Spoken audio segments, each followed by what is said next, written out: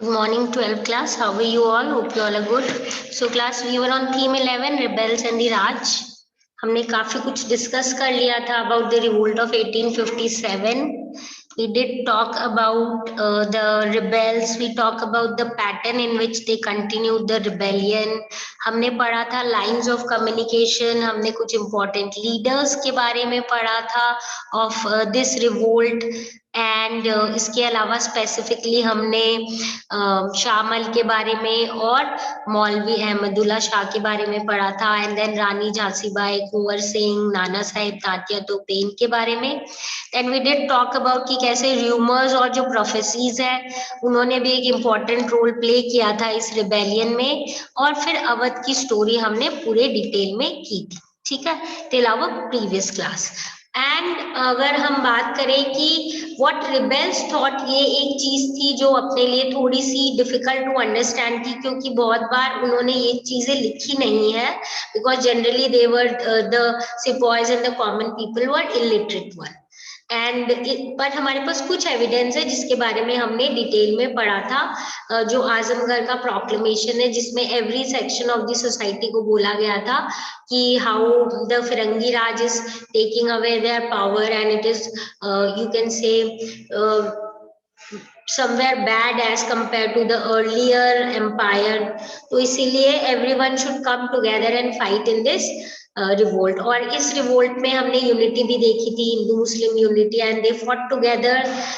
And that is why the revolt was a big one. और ultimately sepoys जो है उन्होंने भी लिख रखा है, अपने पास एविडेंस है कि क्यों उन्होंने इतने सालों से जिनके लिए काम कर रहे थे विदाउट सेइंग एनीथिंग, वो क्यों अब प्रोटेस्ट कर रहे हैं बिकॉज ऑफ दिस कार्ट्रिज. ठीक है, so this is what we have already done. Now we need to start with the topic against the symbols of operation. ठीक है, तो अगर हमने ये जो प्रोक्लेमेशन पढ़े हैं, जो हमने अर्जीज वगैरह पढ़ी है यहाँ पे, उससे हम देखेंगे कि completely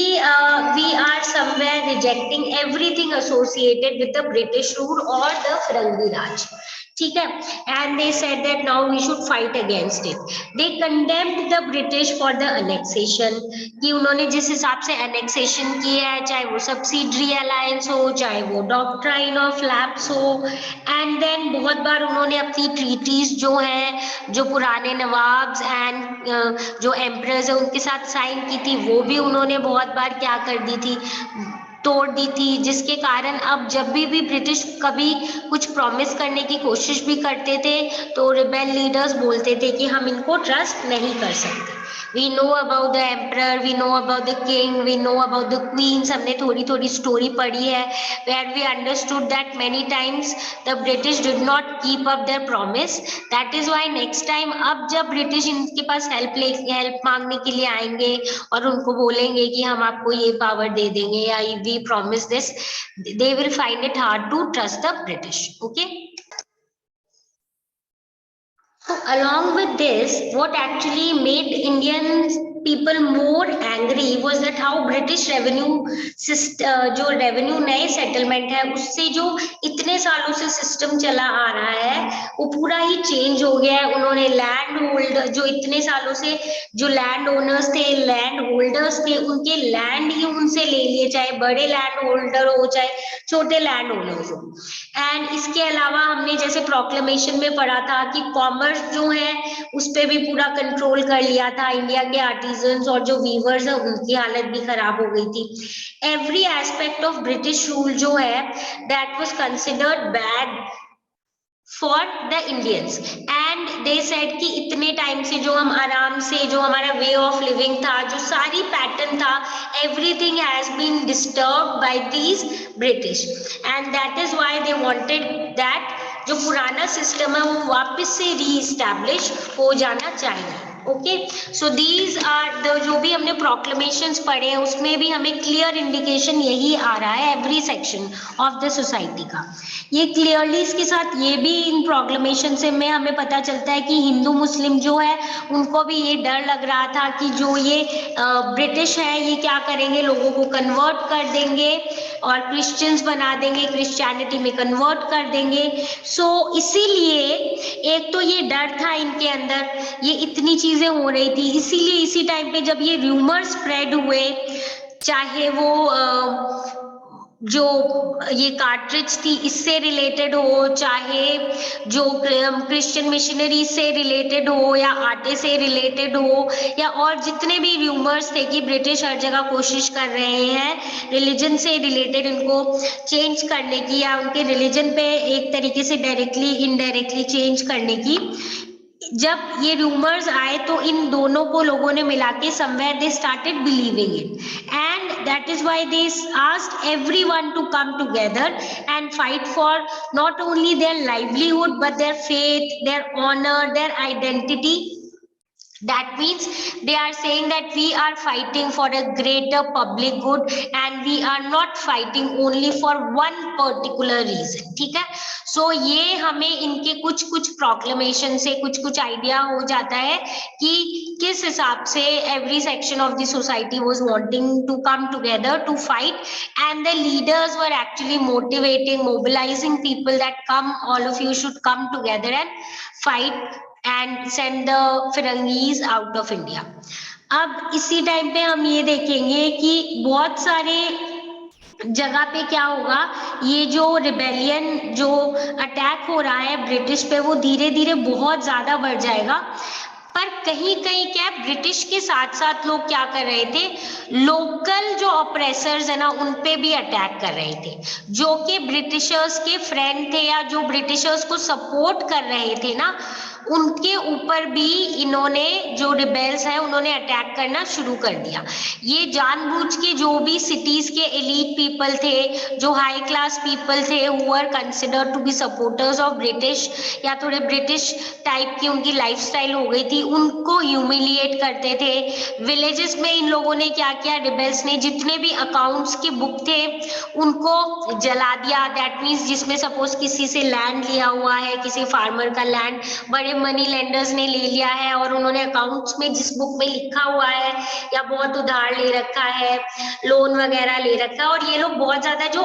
ऐसा नहीं अच्छे वाले मनी लेंडर्स जो ऐसे देते हैं, बट वो वाले मनी लेंडर्स जो बहुत ज्यादा एक्सट्रैक्ट करते हैं, या इंडियन के मतलब जो उनका लैंड वगैरह ले लिया है और उनके लोन में बहुत ज्यादा इंटरेस्ट लेते हैं, उनके अकाउंट्स बुक को जला दिया गया. फिर वो मनी लेंडर्स के हाउसेस पे अटैक भी कर रहे थे. So this basically reflected an attempt to overturn traditional hierarchies. ये कोशिश कर रहे थे कि हम जो है, चाहे हम सारे ऑपरेसर्स के अगेंस्ट है, ब्रिटिश तो है ही पर जो ब्रिटिश के अलाइज है, सपोर्टर्स है, चाहे वो इंडियन है, उनके भी हम क्या है अगेंस्ट है. तो कई कई ट्रेडिशनल हायरार्की ओवरटर्न भी हो रही थी, बट मेनली वो किसके अगेंस्ट थे, रिबेल ऑल ऑपरेसर्स. यानी ब्रिटिश तो थे ही, फिरंगी तो थे ही, बट अगेन उनके साथ साथ ऐसे लोग जो इंडियन होने के बावजूद अगर वो लोग ब्रिटिश का साथ दे रहे हैं, और इंडियंस को अगर the rebels are considering them against the Indian peasants, farmers और ओवरऑल इंडिया के लोगों के अगर अगेंस्ट है तो ठीक है, और ब्रिटिश के सपोर्टर्स हैं या उनके जैसे हैं या बहुत ज्यादा इंटरेस्ट ले रहे हैं, मनी लेंडर्स जो हैं, या वो जो फार्मर्स है उनका अच्छा नहीं सोचे, उनके अगेंस्ट है, तब उन सबके अगेंस्ट थे रिबेल्स.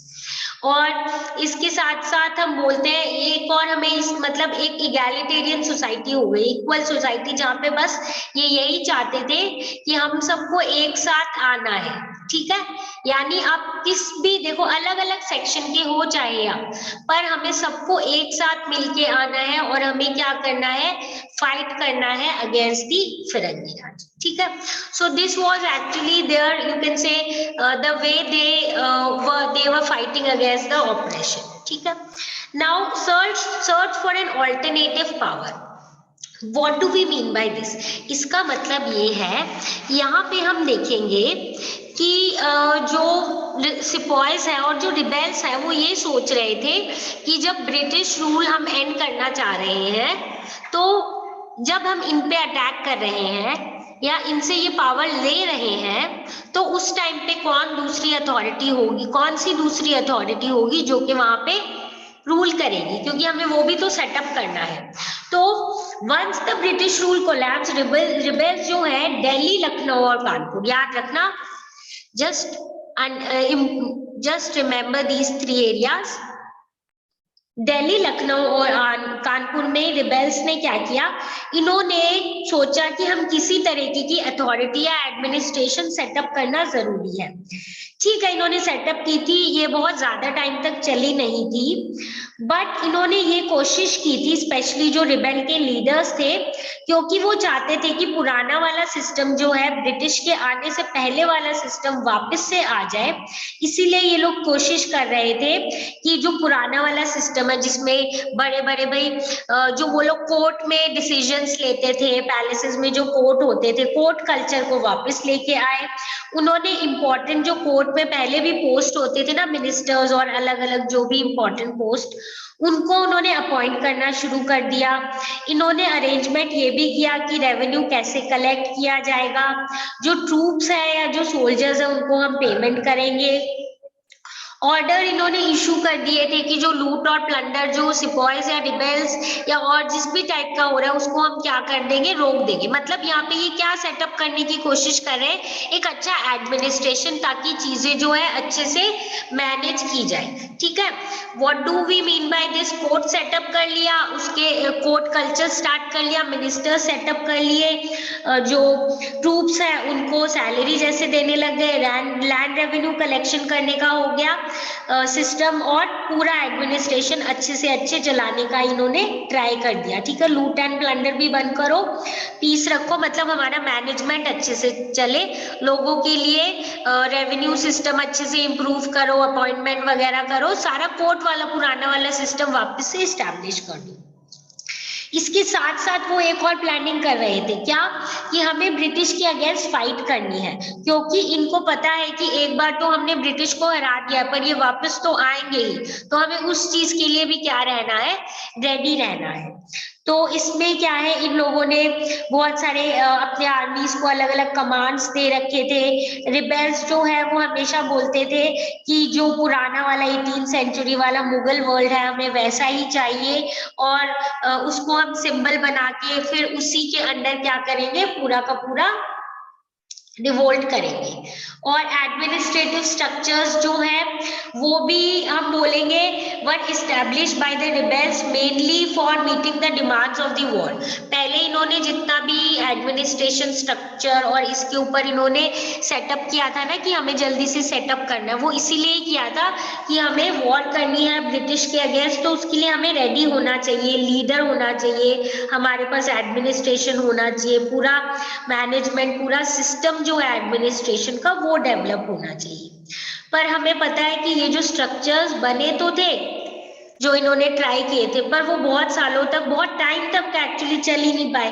क्योंकि बहुत जल्दी क्या है, ब्रिटिश वापस से कंट्रोल कर लेगी।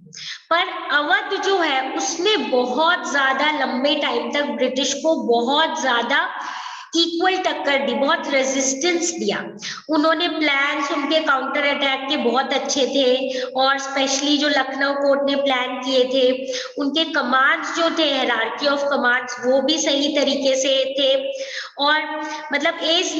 Late as last month of 1857 and early part of 1858 इन्होंने बहुत टफ, क्या बोलेंगे, कंपटीशन दिया, टफ फाइट दी, किसको, ब्रिटिश को। दैट इज वाई हमने अवध को बहुत डिटेल में पढ़ा है, और हमने पढ़ा है इन्होंने बहुत अच्छी तरीके से ब्रिटिश को रेजिस्टेंस दिया, उनके अगेंस्ट बहुत देर तक खड़े रहे, और बहुत अच्छे से उनसे वॉर की, कि ब्रिटिश के लिए बहुत मुश्किल था उन पे कंट्रोल करना। और उन्होंने बहुत अच्छे से प्लानिंग से 1857 के लास्ट मंथ, 1858 के स्टार्टिंग अर्ली पार्ट तक भी वो कंट्रोल उनके हाथ में था, और इतना इजीली उन लोगों ने ब्रिटिश को जीतने नहीं दिया। ठीक है, that means alternative power start तो हुए थे, सेटअप भी हुए थे, बट अल्टीमेटली ब्रिटिश ने जो है पूरा कंट्रोल इस पे कर लिया। एक हम देख लेते हैं विलेजर्स एज रिबेल का थोड़ा पढ़ लेते हैं। एक ऑफिसर जो है, जो कि रूरल अवध का था, उसने ये रिपोर्ट किया था। अब यहाँ पे देखो अवध को औध बोला जा रहा है, ठीक है, अवधि है ये, पर इसको ऐसे औध बोलते हैं, ठीक है। तो औध पीपल जो है are gradually pressing down the line of communication from the north, यानी कम्युनिकेशन लाइन को तोड़ रहे हैं वो। औध के जो लोग हैं वो ज्यादातर विलेजेस हैं और एकदम इनटेंजिबल, मतलब ऐसे लग रहा है हम उनको पकड़ ही नहीं पा रहे, यूरोपियंस के लिए स्पेशली ऐसे लग रहा है आ रहे हैं कहीं से और अचानक से गायब हो जा रहे हैं। और सिविल अथॉरिटीज ये बोल रही है कि जो विलेजर्स हैं वो बहुत सारे विलेज के बहुत सारे मैन हैं और इनके पास बहुत सारे गन है और ये क्या कर रहे हैं, बहुत इस तरीके से अटैक कर रहे हैं ब्रिटिश पे, ठीक है। देखो जस्ट रिमेम्बर, ये लोग बहुत अलग अलग तरीके से इंडिया के जो एरियाज है उनको स्पेल करते थे, ऑब्वियसली बिकॉज वो उनका एक्सेंट है, वो उनका वे है। अवध को औध बोलते थे, कानपुर को भी अगर हम देखें बहुत जगह वो स्पेलिंग्स जो है CAUNPUR करेंगे। और इसके अलावा अवध को, लखनऊ को, मतलब not all of them but most of the areas जो है स्पेशली अवध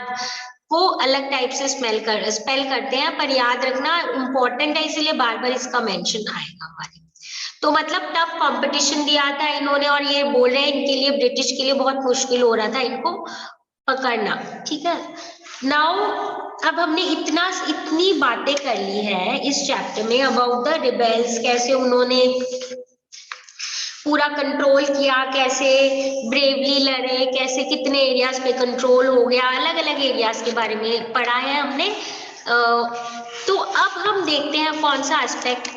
ब्रिटिश ने अब कैसे रिप्रेस किया इंडियंस को, इंडियन रिबेल्स के ऊपर ब्रिटिश का किस तरीके का काउंटर अटैक था, स्पेशली जब वो जीत गए थे, पूरा उन्होंने कंट्रोल कर लिया था उसके बाद। वो हम डिटेल में आगे कुछ पेंटिंग्स, कुछ और जो न्यूज़पेपर रिपोर्ट्स है उनके थ्रू भी देखेंगे, बट यहाँ पे let us talk about these things in you can से मोर डिस्क्रिप्टिव मैनर, ठीक है। बाकी वो डिपिक्शन जैसे हैं, इलस्ट्रेशंस है, जो भी हम समझेंगे, पर यहाँ पे एक थोड़ा डिस्कस कर लेते हैं किस तरीके से ब्रिटिश ने रिप्रेस किया। तो हमारे पास क्लियर है कि 1857 के अकाउंट्स जितने भी है उससे हमें क्लियरली पता चलता है कि ब्रिटिश के लिए इजी नहीं था इस रिबेलियन को खत्म करना, इस रिबेलियन को रोकना। It was not easy for the British to control and stop this rebellion. Before sending the troops to reconquer north, British ने सबसे पहले क्या किया, जब इन्होंने देखा, क्योंकि स्पेशली नॉर्थ इंडिया में स्प्रेड था, तो इन्होंने जब देखा हमें रिकॉन्कर के लिए अगर हम ट्रूप्स भेजेंगे, उससे पहले इन्होंने कुछ लॉज पास किए, ठीक है, ताकि ये जो सिचुएशन है which is somewhere very very you can say bad for them and where they are not able to control whatever is happening, तो ये जो हम बोलेंगे ये जो कंडीशन है और ये जो सिचुएशन चल रही है कहाँ पे, जो पूरे नॉर्थ इंडिया में चल रही है, इंसर्जेंसी का मतलब होता है बेसिकली रिवोल्ट ही बोल सकते हो आप, रिबेलियन जैसे विद्रोह करना, अगेंस्ट जाना, ठीक है। तो जब उनको लगा कि हमें इस जो इंसर्जेंसी है, जो रिवोल्ट है, जो रिबेल है, इसको अगर हमें कंट्रोल करना है तो हमें क्या करना चाहिए, हमें इसके पहले क्या करना पड़ेगा, कुछ ना कुछ लॉज पास करने पड़ेंगे जिससे क्या है हम स्ट्रांग हो जाएंगे, ठीक है। तो उस चीज को अपने कंट्रोल में करने के लिए इन्होंने कुछ एक्ट पास किए, ये इंपॉर्टेंट है। मई और जून 1857 में इन्होंने बोला सबसे पहले तो नॉर्थ इंडिया जो है उसको हम मार्शल लॉ के अंदर डाल देंगे, ठीक है। इफ यू नो, वैसे लॉ एंड ऑर्डर की रिस्पॉन्सिबिलिटी पुलिस वगैरह की होती है, पर जब कोई ऐसी सिचुएशन आ जाती है तो जो गवर्निंग पावर्स है वो मार्शल लॉ लगा देते हैं, मतलब मिलिट्री कंट्रोल करेंगे। तो पहले तो नॉर्थ इंडिया में मार्शल लॉ लगा दिया, उसके बाद इन्होंने बोला, listen carefully, not only military officers, not only military officers, but जो ऑर्डिनरी ब्रिटिश है, जो ऑर्डिनरी ब्रिटेन के लोग हैं, मतलब जो वहां पे इंडिया में है, वो उनको भी ये पावर दिया गया कि अगर उनको लगे कोई भी इंडियन जो है वो रिबेलियन है, कोई भी इंडियन जो कि रिबेल कर रहा है, अगर शक है आपको, तो आप उसको पनिश कर सकते हो। मतलब पहले मार्शल लॉ, सेकेंडली सिर्फ मिलिट्री ऑफिसर नहीं, ऑर्डिनरी जो ब्रिटिश सिटीजन है वो भी अगर चाहे और उसको शक है किसी इंडियन पे कि वो रिबेल है और रिबेलियन कर रहा है इंडियन, तो उसको वो पनिश कर सकते हैं। ठीक है, यानी लॉ एंड ट्रायल वाला कुछ सिस्टम नहीं था, रिबेलियन को उनको बस कम करना था, और अगर जरूरत पड़े तो वो बोल रहे हैं रिबेलियन को चाहे डेथ पनिशमेंट दो। ठीक है, अब ये नए नए स्पेशल लॉज आए थे जिसके कारण ब्रिटिश जो है बहुत पावरफुल हो गई थी, और अब ये रिवोल्ट को इन्होंने सप्रेस करने का काम शुरू कर दिया था। सबसे पहले इनको पता था कि दिल्ली जो है सेंटर है, सारे पहले सिपाही दिल्ली गए थे, बहादुर शाह को सबसे इंपॉर्टेंट माना गया, मेन मतलब पूरे इंडिया का एम्परर माना गया, उसके अंडर रिवोल्ट कर रहे हैं, तो उनको समझ आ गया कि हमें सबसे पहले क्या करना पड़ेगा, दिल्ली पे कंट्रोल करना पड़ेगा, क्योंकि सिंबल वाइज ये सबसे इंपॉर्टेंट है, सिंबॉलिक पूरे इंडिया का रिप्रेजेंटेशन करना। तो उन्होंने दो साइड से अटैक किया दिल्ली पे। कौन से दो साइड से? Calcutta and other from Punjab. तो हमें पता है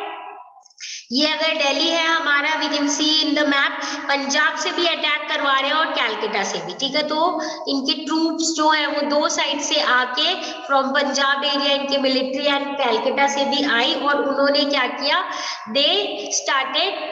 to attack Delhi, to reconquer Delhi. तो इट वॉज, अगर जब दिल्ली को ये रिकॉन्कर कर रहे थे जून में, और इन्होंने स्टार्ट किया था जून में कि हम वापस कंट्रोल करेंगे, अब इन्होंने धीरे, मतलब उनको वो करने में बहुत टाइम लगा, लेट सितंबर तक की फाइनली पूरी सिटी कैप्चर्ड हुई थी। ठीक है, तो here again keep in mind कि British mounted a two sided attack, one force move from Calcutta into north India and the other from Punjab, which was largely peaceful. मतलब इन दोनों एरिया से आए दिल्ली में, और वैसे जो एरियाज है वो पीसफुल थी, पर यहाँ पे आके इन्होंने क्या किया, दिल्ली को रिकॉन्कर करने की कोशिश की। जून में इन्होंने स्टार्ट की थी कि कंट्रोल करें, और कंट्रोल करते करते इनको सितंबर तक लग गए थे। ठीक है, so we know how many months, around 4 months you can say. ठीक है,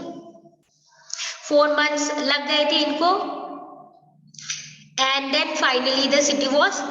कैप्चर्ड। और अगर हम देखें कि जो फाइटिंग है वो ऐसी थी कि दोनों साइड पे बहुत बड़े लॉसेस थे, मतलब दोनों साइड जो है ऑलमोस्ट इक्वली लड़ रहे थे।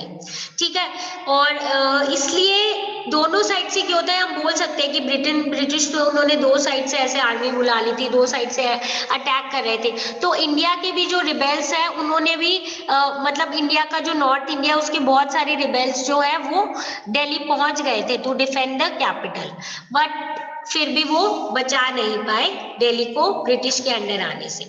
जो हमारा गैंजेटिक प्लेन वाला एरिया है, वहां पे भी जो ब्रिटिश की वापस से कॉन्कर करने का प्रोसेस था वो स्लो था। ठीक है, उन्होंने बल्कि विलेज बाय विलेज कॉन्कर किया था, धीरे धीरे एक एक विलेज करके,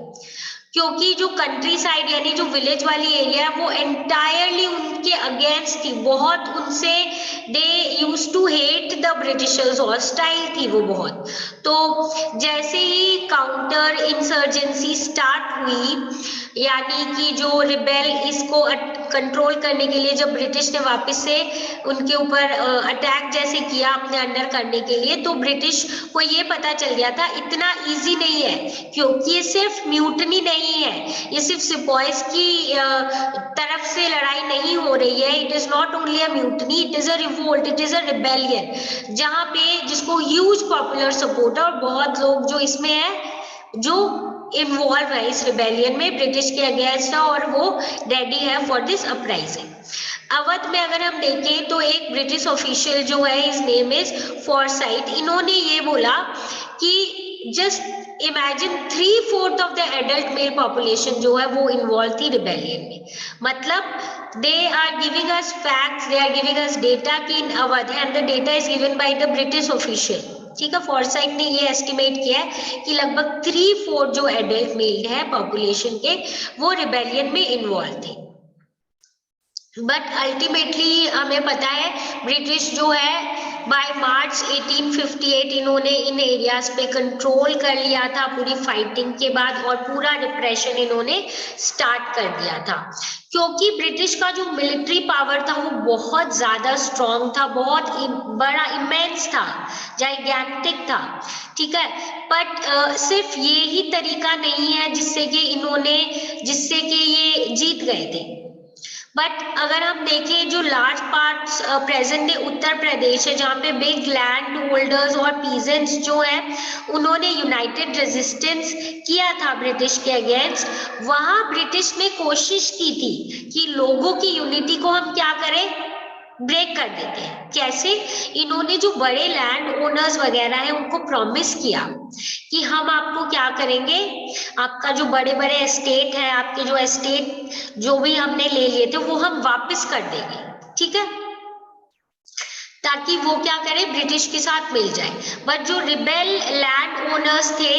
वर डिसपोसेस्ड एंड लॉयल वर रिवॉर्डेड, मतलब अगर कोई उनका साथ दे रहे हैं तब तो वो उनको रिवॉर्ड कर रहे थे, और जो रिबेल के साथ है उनको उनसे और वो लैंड ले रहे थे, और बाकी जो उनके साथ जिस हिसाब से बिहेव हो रहा था वो हमें पता ही है, मतलब उनको सप्रेस कर रहे थे, उनके अगेंस्ट अटैक कर रहे थे, ये सारी चीजें हो रही थी। बट फिर भी जो ज्यादातर लैंड होल्डर्स हैं वो उन्होंने ब्रिटिश का साथ नहीं दिया था, they actually fought against the British, और बहुत सारे तो जो है वो नेपाल भाग गए थे जब उनको लग रहा था कि अब कोई भी और ऑल्टरनेटिव नहीं है, so they actually ran to Nepal, and where actually वहां क्या हुआ था, उनके पास खाने पीने की कमी थी और इतने टायर्ड थे, इतने टाइम से लड़ रहे थे और एस्केप होके वहां से आए थे, तो उनके पास बेसिक चीजें अवेलेबल नहीं थी, तो many of them died of illness और starvation, but many even fought them very bravely, and bravely के बाद जब उनको लगा कि there is no other alternative, then they went to Nepal. But whatever it was a tough fight that was given to the British by each and every section of, you can say most of the section of in India, ठीक है। तो यहाँ पे there are few pictures जो हम जल्दी से देख लेते हैं।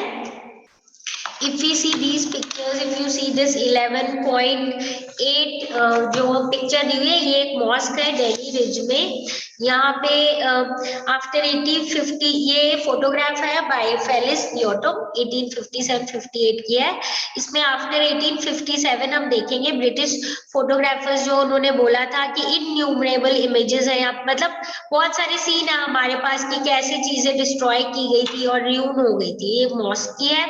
और ये सिकंदराबाद में अगर आप देखोगे 11.5 जो पिक्चर है, ये सिकंदराबाद लखनऊ की है, ये भी फेलिस बियोटो ने की है 1858 में, जहाँ पे आप देखोगे आपको 4 यहाँ पे लोग दिख रहे हैं, 4 सॉलिटरी फिगर्स जो एकदम अकेले में ऐसे बैठे हैं। और ये जगह एक बार पहले क्या प्लेजर गार्डन होती थी नवाब के जो अवध के जो नवाब थे उनकी, और ब्रिटिश जो फोर्सेस है यहाँ पे उन्होंने कैम्पबेल जो है उन्होंने 2000 रिबेल सिपाहीज को मारा था। आप वहां पे इनके स्केलेटन जैसे देख सकते हो, and this was a kind of showing to Indians that the British will control and they are controlling over India, and somewhere ये बोल रहे हैं कि कैसे आपका रिबेलियन जो है वो एकदम सप्रेस हो गया है, and this is the way the rebels will be treated, and this is the way कि आपका जो रिबेलियन है उसको सप्रेस किया जाएगा, and this was a way in which British showed that we have reconquered the areas, ठीक है। So this is about, you can से, जो हमने पढ़ा है regarding how the British repressed, ठीक है, इंडियंस। तो हमने सिंबल्स ऑफ ऑपरेशन देख लिया है, हमने सर्च फॉर ऑल्टरनेटिव पावर देख लिया है, हमने फाइनली ये देख लिया है कि ब्रिटिश ने कैसे रिप्रेस किया, कैसे किस तरीके से उन्होंने, देयर आर मेनी इमेजेस जहाँ पे हम देखेंगे एक्चुअली में उन्होंने इंडियंस को बहुत बुरी तरीके से मारा गया था, नॉट ओनली मतलब ओनली शूटिंग और murdering, but putting them in front of cannons, hanging them and shooting them with bullets and killing them, ये सारी चीजें, and suppressing them because they had revolted. तो और बहुत बुरी तरीके से, as I said there were very ways, many ways, हम देखेंगे कैसे एग्जीक्यूशन होगा, किलिंग होगा, हैंगिंग होगा, कैनन से उड़ाना होगा, एंड ओवरऑल पूरा उनका सप्रेस करके, उनको डिफीट करके, and they were killed and executed. ठीक है, ये सारी चीजें भी हम देखेंगे थ्रू पिक्टोग्राफिक डिपिक्शन, जहाँ पे हम in our next class will talk about the images of revolt, जहाँ पे we need to keep in mind कि सबसे पहले हम देखेंगे कि ब्रिटिश ने कैसे रिप्रेजेंट किया था इंडियन रिबेल्स को, कि वो लोग जो है बहुत क्रूअल थे, बहुत बुरी तरीके से मारते थे जो ब्रिटिश हैं उनको, इनोसेंट ब्रिटिश लोगों को भी, और not only the military people और दी अदर्स, और कैसे अपने जो रिकॉन्क्वेस्ट है उसको बहुत एक अच्छी लाइट में दिखाएंगे कि हम कैसे पावरफुल थे। और क्योंकि उन्होंने ऐसी इमेजेस दिखाई होंगी किसकी, कि इंडियन सिपॉइज जो है वो सबको मारते थे, विमेन और चिल्ड्रन को भी मारते थे, तो जो ब्रिटिश पब्लिक है उनके लिए पब्लिश की जाती थी, उनके पास भी जाएगी, तो उनके अंदर फीलिंग ऑफ रिवेंज डेवलप होगी कि इनको रिवेंज और पनिशमेंट हमें देना है। तो फिर पिक्चर्स दिखाएंगे कि कैसे पहले तो ये जो ब्रिटिश है ये ब्रेवली जो है लड़ रहे हैं against the Indian sepoys and the Indian rebels, और इसके साथ साथ उसके बाद ये भी दिखाएंगे कि हमने कैसे रिवेंज लिया है इनसे और कैसे अपने पावर को वापस से इस्टेब्लिश किया है। एंड देन हम देखेंगे कि कैसे सिपॉइज को मतलब रिबेल्स पे कैसे अटैक किया गया था, और इन पे हमें कभी दया या मर्सी जो है, क्लीमेंसी नहीं दिखानी चाहिए, इनके साथ अच्छा बिहेवियर जैसे नहीं करना चाहिए, लीनियंसी नहीं करनी चाहिए। ये पेंटिंग्स के थ्रू सारा दिखाया गया और कैसे इनको पनिश किया जा रहा था। फिर हम जो अपना लास्ट टॉपिक है that is few images of the Indian leaders as well जो है वो भी करेंगे, एंड उनको उनके थ्रू हम देखेंगे हमारा जो इस रिवोल्ट है इसको हम कितना इम्पोर्टेंट मानते हैं, फर्स्ट वॉर ऑफ इंडिपेंडेंस मानते हैं। एंड देन लास्टली हम ये देखेंगे कि जितने भी हमारे पास सोर्सेज हैं उनको हमें ध्यान से क्रिटिकली एंड उसको बहुत डीप स्टडी के बाद ही बिलीव करना चाहिए। ये देखना चाहिए किसने लिखा है, क्यों लिखा है, किस पर्सपेक्टिव से लिखा है, किस सिचुएशन से लिखा है, क्या उनकी आइडियोलॉजीज है उससे रिलेटेड, और फिर हमें ये समझना चाहिए क्योंकि हम दोनों वर्जन देखेंगे और फिर हमें समझना पड़ेगा, and we will have to interpret और फाइनली अंडरस्टैंड दैट एक्चुअली में क्या हुआ था, कितना क्या सच था, ब्रिटिश ने ऐसा क्यों दिखाया था, और इंडियंस जो हैं उनके लिए तो this was a very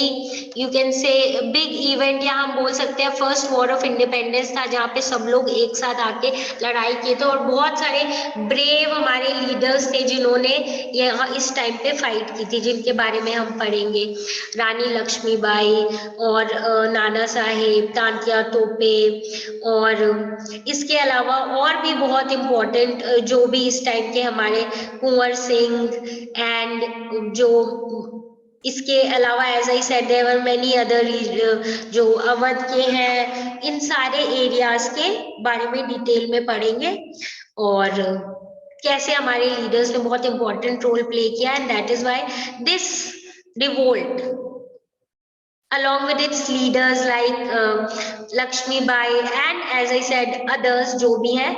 they always inspired Indians later for the freedom struggle, ठीक है, and ultimately after that when we attained our independence, तो ये हमेशा source of inspiration थे, ठीक है। So that is why this revolt of 1857 was very important, और हम ये भी देखेंगे बाद में एंड ऑफ द रिबेलियन के बाद कुछ चेंजेस आएंगे एडमिनिस्ट्रेशन सिस्टम में, जहां पे मेनली क्या होगा, ईस्ट इंडिया कंपनी से कंट्रोल किसके अंडर चला जाएगा, ब्रिटिश पार्लियामेंट के अंदर, क्वीन विक्टोरिया के अंदर। फिर कुछ चेंजेस आएंगे जहाँ पे वो बोलेंगे हम इंडियंस को कुछ पावर दे रहे हैं, बट स्लोली एंड ग्रेजुअली हम देखेंगे कि नहीं, इंडियंस को फायदा नहीं हो रहा है, तभी हम अपने इंडिपेंडेंस और फ्रीडम के लिए मूवमेंट्स कंटिन्यू रखेंगे, and finally we will get our independence, ठीक है। So this revolt will always be a kind of inspiration and for not only for freedom struggle, for जब भी हम इंडिया के फ्रीडम की बात करते हैं तो first war of independence. Okay, so with this we complete today's class. We'll talk about the last topic, images of the revolt, जिसके बारे में briefly मैंने describe किया, डिटेल में पढ़ेंगे in our next class. So this is it for today. Now we will meet in the next class.